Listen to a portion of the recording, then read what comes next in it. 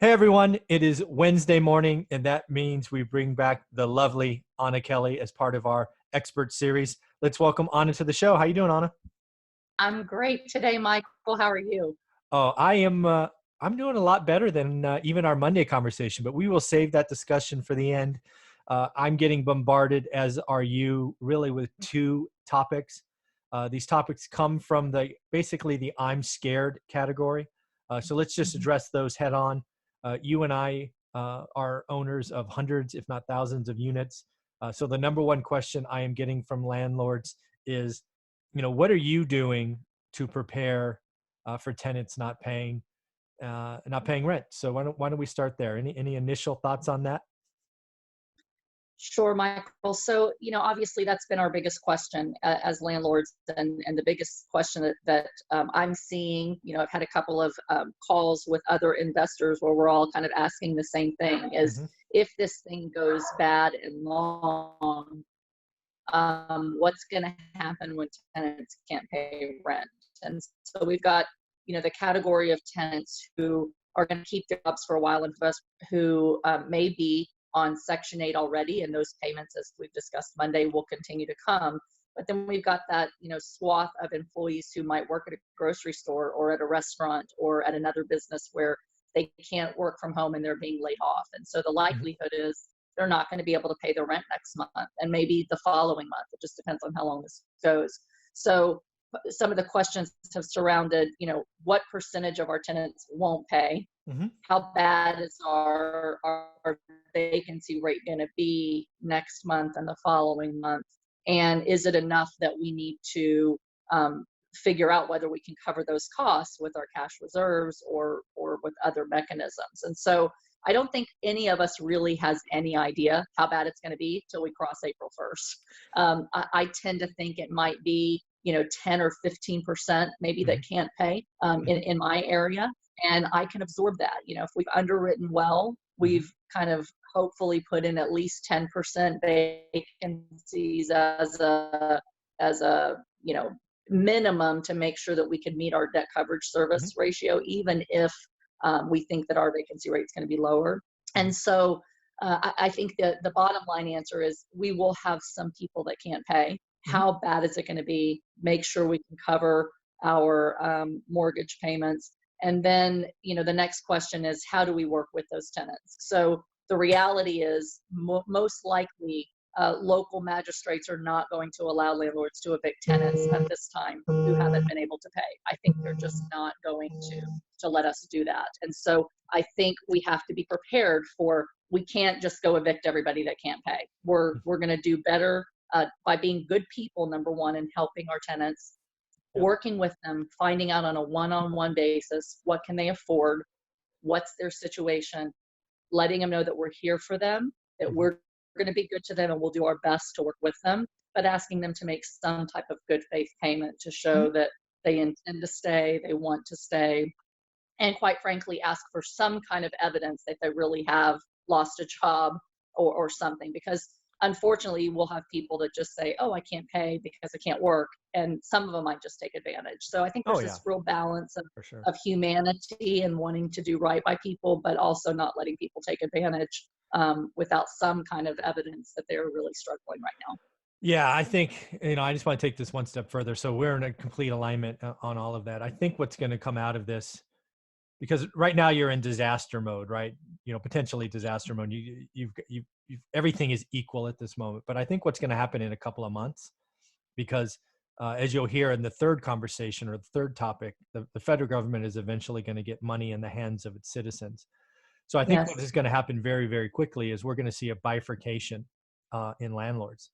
The ones that focus on affordable housing, that are below the median in their market, that produce high quality stuff, and are frankly good people, they're going to collect their rents. So, for example, right, I'm budgeting just like you. It's funny how often our numbers sync. I'm budgeting missing about $10,000 plus or minus in rent on April 1st. That's kind of what I've been going. That's my best guess. I've looked at all my tenants, looked at all the rent sources. I've been identified high risk or potential, and I'm going, okay, it's going to probably be about 10 grand. You know, thankfully that doesn't change my life one iota. Um, and we're going to work with everybody that has to be worked with. But when I step back one step further and go, okay, the federal government is going to send checks. It'll be 1 month, 2 months, 3 months. Oh, by the way, they are going to extend unemployment. They're going to raise limits. They're going to have paid sick. All of these programs are going to finally eventually come and help citizens, which is what I've been talking about for 6 weeks. This is a Main Street problem, not a Wall Street problem. So I am confident I will get back $7,000 to $8,000 of my April 1st rent by April 30th, because people need food, water first, which this is not waterborne, so water's there, food, shelter. And Yes. I'm not worried one iota about my affordable housing. I am certainly happy that I rent there. It's where I'm comfortable. It's where I grew up in. I'm glad I don't own Boardwalk and Park Place to steal a monopoly term. But to Yeah. your point, I fully expect there will be a set of individuals that take advantage of every crisis. They will claim this or that, and they will fake stuff. And where I'm sitting, I'm not going to be judge and jury. I'm going to let karma kick you in the ass later. But there will be people that miss 2 or 3 months, and then they'll just skip. And I'm planning for that, because some people are Right. rotten. And I'm not smart enough, and nor am I going to be a detective and really try to figure out who's telling me the truth and who isn't. I don't have the time for that. And if that makes you feel like a good person, go for it. I'll let karma deal with you later, and I'm gonna sleep good at night knowing I'm taking care of everybody that I can. But where this was going is affordable housing is going to be fine. The federal government won't let it break. Then there's the kind of B class market where you were probably above the median, probably a white collar job. I don't think that's going to be a problem short term. Most of those people have have enough to get through a month or two. That's going to be the problem when this is over. There are going to be white collar jobs that are lost. And they probably make, they probably have spending that's above the unemployment level. My affordable class, Yes. they're going to be fine, right? They're going to get basically their paycheck back. The middle that are renting are in trouble, and forget selling today. They're really in trouble. And then there's the higher, if you're a landlord that only has class A stuff, you're going to have a rough year. You're going to have a freaking rough year. So that's how I see this all breaking Yeah. down throughout the year. What do you think? Yeah, I tend to agree. I think for a while the blue collar are going to be okay as companies scramble to try to work from home, Mm-hmm. and as they're hearing promises from the Fed that they're going to help small businesses. So I was just listening to this congressional discussion in Congress today, and they said, "Listen, we are not going to let this trickle down and hurt small businesses, because we realize that if you are hurt, you have to lay off more people, and that's just going to hurt everything." So Mm-hmm. the government's at least talking about trying to help businesses, get them funding to be able to stay afloat while consumers stay home. Mm-hmm. So I think blue collar might have some more time in the very short term compared to those workers who work at, let's say, a restaurant. Mm-hmm. But I think it will trickle down. And as big corporations have to make cuts, they're going to cut their highest paid employees, their executives, their middle managers. That's who they're going to cut, because they get a bigger bang for their buck by cutting out the middle. They'll keep the staff people that are absolutely critical for the day to day, Mm-hmm. and then they'll cut management. And I know when I worked at AIG, I was the head of our business continuity planning project and disaster recovery for our division. Mm-hmm. And we basically have what's called critical business functions. And this program I'm going to talk about was put into place throughout the country in big companies because of the avian flu that people were afraid of years and years ago. The Fed mandated that big companies have these disaster recovery plans. And so what we basically did is said everybody that's not performing what's considered a critical business function, meaning what they have to do legislatively and to provide for customers. So you need a beneficiary change. You're good if you're an employee who handles beneficiary changes. If you need cash withdrawals, you're good if you're an employee that handles cash withdrawals. But if you are a manager, other than one manager who supervises those staff, those managers stay home. The actuaries stay home. The project managers stay home. The senior managers stay home. And once they stay home long enough that you can see that you're really not needed for 30 days, 60 Mm, days, you're gone. So a lot of times those people, though, to be fair, own their own homes. So I think it's going to hurt them more in terms of potential foreclosures than exactly. those are the people that are renting properties from you. But Yes. but you do have those who are single, who are millennial, don't have any kids, and maybe they're living in a luxury apartment, and those rents will suffer as well. Yeah. Yeah. I think we're going to see once again a bifurcation in the market. Those that own or rent to the affordable, which is the masses.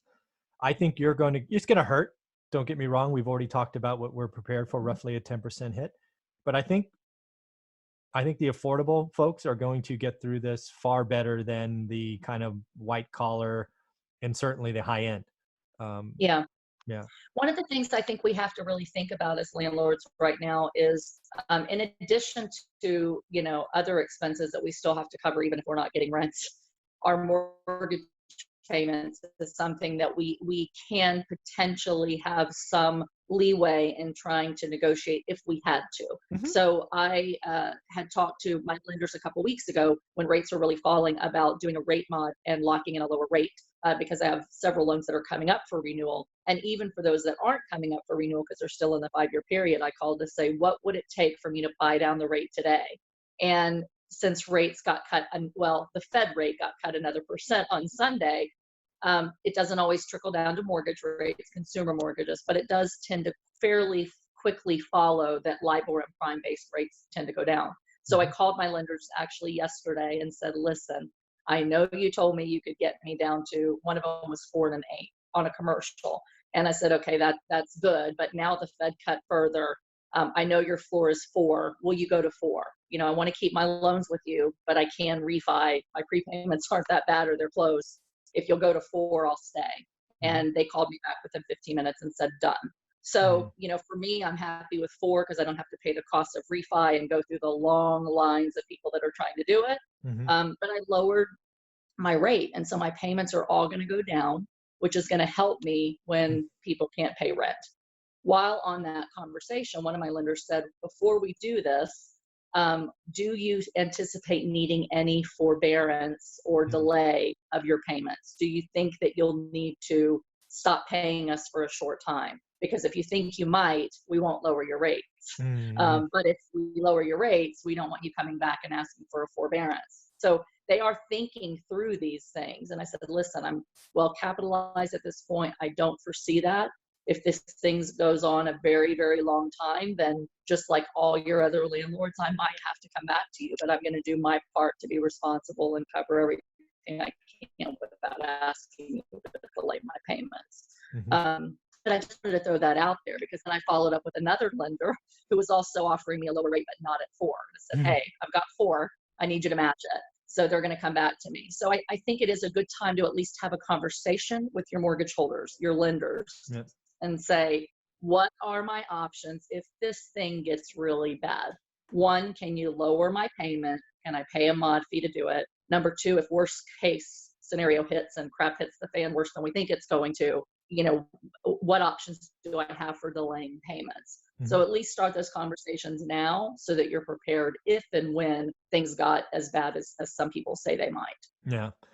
Great advice. Again, landlords, if you're in the affordable market, my opinion is, I think you're going to have your cash flow is not going to be as easy or streamlined as it was. I would say you're going to collect most of it.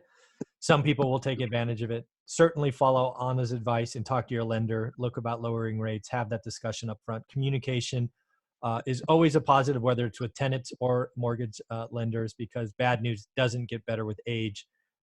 Attack it head on. So Yeah. great advice. Um, Now it'll be interesting to get to topic number 2. Let's talk about housing values, because that's what affects most people, right? We can then tailor it into multifamily because you and I have experience there. But let's talk about values of homes, right? Some people are like, hey, is this going to be 2008 all over again, where high price markets like California, saw a 50% haircut? Um, People are saying, oh my God, it's coming. I'm here. I'm getting excited. And my answer to them is probably not. But what do you think about housing value? I think like many things, it's going to be very regionalized. I think it's going to depend significantly on where you are and whether those markets heated up artificially over the last couple of years and whether they're sustainable. So Hmm. for my area, single family homes in the last year, year and a half have had a pretty big jump in values compared to their steady, Mm. rise at 3 to 4% over the last several years. So I think that in my particular area, we might see a slight softening in prices. I don't think it's going to be astronomical Mm. because we haven't gone up at an astronomical rate. Hmm. We don't have a lot of ups and downs. And even after our 2008, 2009 crash, our values did not take a significant hit. They've been pretty stable through ups and downs. And so, I'm in an area that's very kind of resilient to market swings. We don't have the highs that some people do, but we don't have the lows that they do either. I think in other areas, beach towns, maybe you can speak better to this than I can, but maybe Silicon Valley, maybe San Francisco.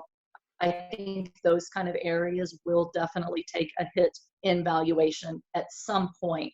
And Hmm. part of that is just because if we are heading toward recession, values will come down.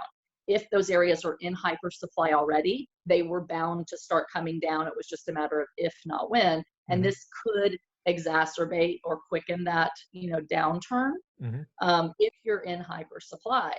Hmm. The other question, it's always an issue of supply and demand. And so if people are staying home and they're afraid of losing jobs, they're not applying for a house. So the more expensive the home, I think the bigger hit you will take because there's fewer people at that level that can afford those houses that are not afraid of losing their jobs. Hmm. And so therefore the houses are going to sit longer and the prices are going to have to come down. I think if you're a first time home buyer and you have a job that you see is pretty stable through the next couple of months, you might still be looking for a house and those values maybe won't come down as much. Yeah, I think you've nailed how I kind of break it down. I'll start where you ended. I think the tiers of the market. If you follow my channel for any length of time, I'm very big on understanding the median for your area. It's the great equalizer, right? Silicon Valley median is 1.2 million. So Fresno's median is 260. I can intelligently talk about either market when I reference the median. So learn the median Right. in your market. If you have a home that's 2x the median, and you are looking to sell, if you're a flipper in that market, good freaking luck. You are going to have an incredibly long hold period that could Yes. take you into next year, right? I'm talking Yes, I think incredible, so. right? So don't do it, right? Don't start that project if you think you're going to flip something 2x the median because you got a $500,000. I mean, I just heard this yesterday. I can pick up this must sell opportunity in blah, blah, blah city of the Silicon Valley for $500,000 less. And oh, by the way, I can sell it for, 3 million bucks. I'm like, are you freaking an idiot? Do you want to go bankrupt? Right? Yeah. Right. Your ARVs of yesterday are not your ARVs of tomorrow. Stop it. Just Absolutely. stop it. So if you're, Yeah. so if you're 2x the median, done. If you're 50% above the median, probably not a good place to be either. But if you're investing 80% of the median, you're going to be fine. The supply is hyper small. You have both investment buyers and owner occupant buyers. You're going to be fine. So that's that category. Then if you go back to regions, I'm glad you brought that up. I believe most of the country, let's call it 90% of the country, could see a statistical drop in home values of somewhere between 5 and 8%. And I call it a statistical drop on purpose just because of the way numbers works. Yeah. I believe a lot of sales that could have happened won't because sellers will just pull it off the market because they're in no rush. And I And think that's happening now. absolutely. And I think a Mhm. lot of buyers who would normally buy aren't going to buy because they're scared. So that is going to leave only motivated sellers. And as I know in 2010, the only time I have experience with motivated sellers, they will accept a discount. So the only transactions closing probably for the next 60 or 90 days, or the majority of them, are going to be motivated sellers, which when you do the math on statistics and the closings are motivated, you're going to get an artificial drop. It's just how math works. I believe in the other 10%, meaning Silicon Valley, Manhattan, Orange County, Miami, right? The places that are frankly unaffordable. I talk about in my book all the time. It's my indicator, right? The affordability index. you are going to suffer in a big way because you have what we talked about earlier, right? It's a lot of white collar, it's a lot of managers and senior managers. And while I think you will live fine for the first 2 months of this, you're going to come out the other side and we are going to have layoffs. And it's going to be that part of the sector that gets hit. And suddenly we're going to have a wave of forced sellers. And I've come out publicly and said the Bay Area is going to see at least a 15% drop in transactions and at least a 15% drop in value this year. And I think that's being conservative. I think if I really talked about 20 Yeah. or 25%, people would call me crazy. So I'm I going was to, honestly thinking probably 20%, just yeah, based on the affordability compared to the rest of the country. Especially, right now they're saying that this thing could go on through July, August before we really get a hold on it. sure. So, it's not like, hey, it's going to be a month or two in the summer, things are going to go gangbusters. They might, but I doubt it. I think Mhm. realistically we're going to see a drop.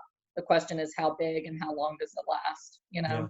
And to your point, I think that's why most people who are flipping houses that are doing really well, they stay just above the average of a first time home buyer price point for what they flip, because 70% of people that are looking to buy homes Mhm. are in that price range. And so you're already, if you're flipping, high dollar houses, you're already out of, where the majority of the market is looking, and you've got to narrow it down to that, 10% of people who are looking. And now they're going to sit even longer. The other thing I think is worth mentioning is for a lot of regions that are very dependent on oil. If you haven't been watching what Oh, oil's done in the midst of the stock market and everything else, oil's really gone down again. And mhm. so I have a really good friend and partner who was in Houston in the oil and gas business a few years ago when oil tanked. And Mm. it was like a couple weeks before the oil and gas company started laying off in mass. And they were Wow. flipping a house in Houston that was in that $500,000, $600,000 range, and it's set for over a year. And Ah, they prepared for losses and lost money yeah. because the people in that neighborhood all work for oil and gas. And so again, whatever industries are hit the hardest, any housing around there is where the people in those industries live and have a lot more supply, and the prices are going to really have to come down. So if you're in the business of flipping houses, or even having rentals in certain areas, going in for the sexy big luxury building has a lot of risk, you know other than in the real high up cycle. So it's not an area that I like to play in. Oh, it's an area I'll never plan. People bring me stuff all the time. I mean, if you bring me something that's even 10% above the median, I won't play. I'm like, nope, not my thing. I know where safety lies. I'm going over here. So that's pretty good. Right, So right. yeah, yeah, I think the Bay Area is in trouble. I think the Bay Area is in trouble for that reason. I don't know, by the way, people are leaving because we're just an extremely high taxed area, homeless. I mean, California is, at least the Bay Area, huge negatives, which I think will help Fresno long term, but also will help Texas and Arizona and Nevada and all of that. So, all right. It'll be interesting to see how many people very quickly put a house on the market. And Oh full disclosure, I had a house that I was going to keep as a rental. I redid it, and then I thought, I think I'm going to go ahead and sell this just because I'm moving more toward multifamily, but I still like my singles. And I just kind of put it out there on Zillow, and I said, hey, I'll pay a realtor commission, but since I'm not that motivated to sell, I'm not going to list it yet. And yeah. I had 4 agents show it. One was ready to make an offer, and they changed their mind on buying anything before they submitted the offer because of what's going on right now. So I called my realtor and I said, let's go ahead and list it, and let's just see what happens. And Mhm. if I don't sell it, no problem. I'm not that motivated. I'll just put a tenant in it and keep it. Mhm. But I'm going to go ahead and throw it out there now. While rates are low, you hope that the low rates are going to still attract enough buyers that if there's not much on the market, maybe you can still sell. So I would recommend, if you've got something that you're really afraid you're going to take a hit, go ahead and put it on the market now and just see. You've got a better chance now than you might a month from now if things get worse. So, I'm going to throw it out there and see what happens, and then I'll have a better pulse on, how it's really impacting buyers, and whether they stay away or whether they're trying to quickly get something while rates are good.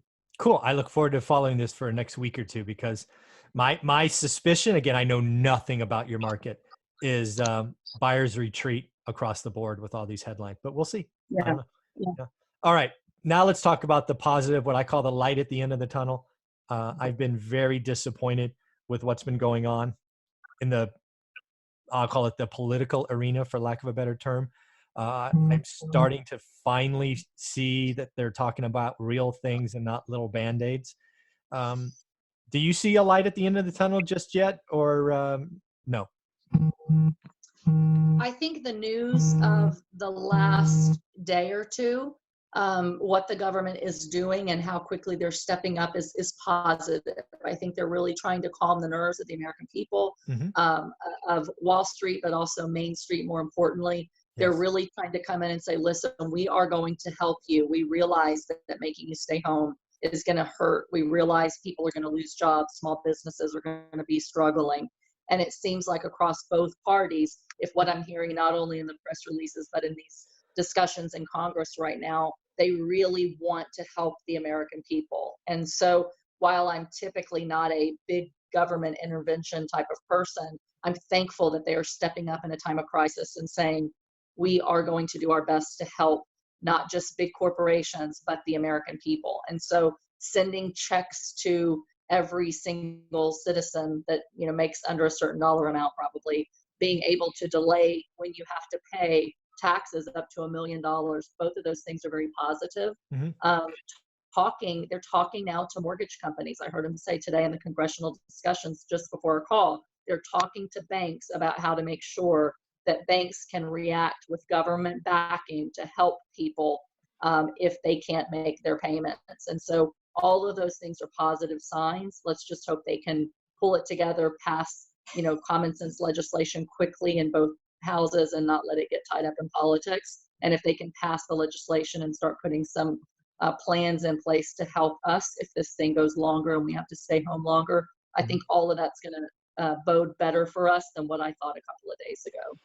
Yeah, I am remarkably excited by what I see coming, even since Monday when we had our talk after your Disneyland trip, because again, I've seen this for months as a three-legged stool, and they were being attacked individually, not in concert and at different levels. And to be clear, what I'm talking about is, first and foremost, most important is the health, right? This is a health and safety issue. And Yes. for the longest time, we tried to pretend it wasn't. We tried to talk it down with words. That has now been reversed. Now we're serious. I was frankly disappointed with some images I saw on social media yesterday about college kids in Miami, thousands of them on the beach. So clearly it's not working everywhere yet, but it's better. And that's why I think we will this week have a national shutdown. I see it coming because California, my valley where I am, already done 3 weeks, stay home. But that doesn't work if the entire country is not that way, right?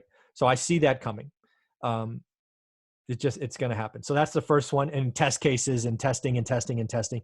We are finally getting to the point where we're going to be testing the people that need to be tested. So the numbers will get worse, but then they will get better. So that's one. The second one, the one that has been missing from this, is helping citizens. I have said for a long time, this is not a Wall Street problem. Yes, Wall Street is on TV. Yes, we see 3,000 point drops. It scares everybody. But forget it. It's not a Wall Street problem. It is a Main Street problem.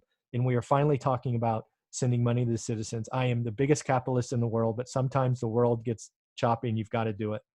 You don't want Yes. riots in the street. I'm under the opinion that you need to send $1,000 to every person every month, as long as this is called a national security or national emergency. Let's just put the timeline, right? If this goes through April, if this goes through May and it's no longer a national, then the money stops. If this goes through August, money stops. If it goes through December, I don't care. $1,000 a month, every person, until this is not a national. We have to treat this like a war. In the times of war, you do abnormal things. You are Right. asking 70% of our economy to stay home. You have to let them stay home, else they're going to go rob and do all these other things because they got to eat. Right. So Right. let's give money for food, money for shelter. Then we'll stay home. We'll gripe, we'll moan, blah, blah, blah. But we won't have people robbing neighbors and killing people, right? So Yeah. let's just do this. And then the third one is, there is absolutely something broken in Wall Street. The debt market is broken. There needs to be companies that are, I don't want to say taken over, because what I want them to do is what we talked about on money. I want them to buy 10, 15, 20, 25% of company. I want them to buy common stock. The last thing I want them to do is come in with some kind of debt structure that wipes out common. Let's stop hurting the American people. Let's have, if the federal government come in and said, I'm going to buy 25% of Boeing at 100, freaking Boeing stock would be 150 in a heartbeat, right? Mm-hmm. Just because there's that backing that they're not going to go anywhere. You want to help the airlines? Go have the national government buy 10% of every publicly traded common stock of airlines. Let's not mess around with, let's force them into bankruptcy and liquidation and do all. Right. Let's stop hurting the American people. Yeah. So I'm encouraged. I see the light. It's still far away, but yeah. Yesterday I didn't see a light, right? We were that far away. So I can see a glimmer. Mm-hmm. I knew all along we would get through this. I just wasn't sure how much pain politicians were willing to accept before they did something. As you said earlier, they're talking today, which is step one to doing something. I hope to hear by 4 o'clock my time. No, yeah, 4 o'clock my time, 7 o'clock your time, that there's a bill that is working its way through and it's been signed in either the House or the Senate, and the president will be signing it on national TV tomorrow. That's what I hope happens. We'll see. I hope so. I hope so. I think one other thing that is interesting that I just wanted to bring up, because it's along these same lines, is I'm seeing petitions already in Pennsylvania to Tom Wolf's office, the governor here, to put in place rent abatement where people don't have to pay rent. And so, people are like, oh my gosh, if, landlords around here kind of panicked, what if they say, because it's more of a liberal government here, mm-hmm. that, tenants don't have to pay rent. What are they going to do for landlords? Are they going to then trickle that down and say banks can't charge landlords, mortgages until this happens? So mm-hmm. there's some of this legislation too that people are really pushing for, that could impact us. But I'm hoping that nothing like that would happen, and that if it did, then they would put into place, some type of programs to help out landlords like us as well. Well, so I'm more optimistic. I don't see it happening, but it could. Well, this is why the federal government needs to get out of the way. The federal government is the only agency big enough to attack this problem head on. But in absence of federal government, local governments will do their job. And I don't know this guy at all, but frankly, the federal government has been a disaster and not been doing anything. So he's right to try to help his citizens, right? His little pocket. But this is why step 2 of my 3-legged stool needs to happen. If the federal government sends $1,000 to every citizen, his little proposal goes away, because you take care of water first, which is relatively free, right? Comes out of the tap. You have to. Food, shelter. Yeah. So, the federal government today at 4 o'clock says everybody's going to get $1,000, and as long as this is a national emergency. His thing just disappears, because rent will be paid and thus mortgages will be paid, at least most of the time. So true. So again, I'll say it. I'm excited. I mean, in order to get through hell, you got to keep going, right? So I can finally see the light at the end of the tunnel. It is undoubtedly far, far away. Things will get worse before they get better. But you would have asked me yesterday, I'm like, no light, no light, no light. Yeah. So this is a big change for me. Yeah, I think so. I'm hopeful, and I think that's what the government is trying to say to the American people is we've got you. Don't let this keep you from doing the right thing, and hopefully they continue to do the right thing, and we all come out of this thing better in a few months. Very, very cool. Well, Anna, thank you very much. I know you have a crazy busy day ahead of you. Don't forget, you got to exercise. Find a way to exercise. Remember, this is part of your goals. Yeah, it is, Michael. You're right. I got to go down to the basement today. We're going to do a lot of cleaning, and I got a treadmill down there. So maybe I'll dust it off. Work while I'm on the treadmill. Very cool. Have a wonderful day, and we'll talk next week. Sounds good. Talk to you soon. Thanks. Bye-bye.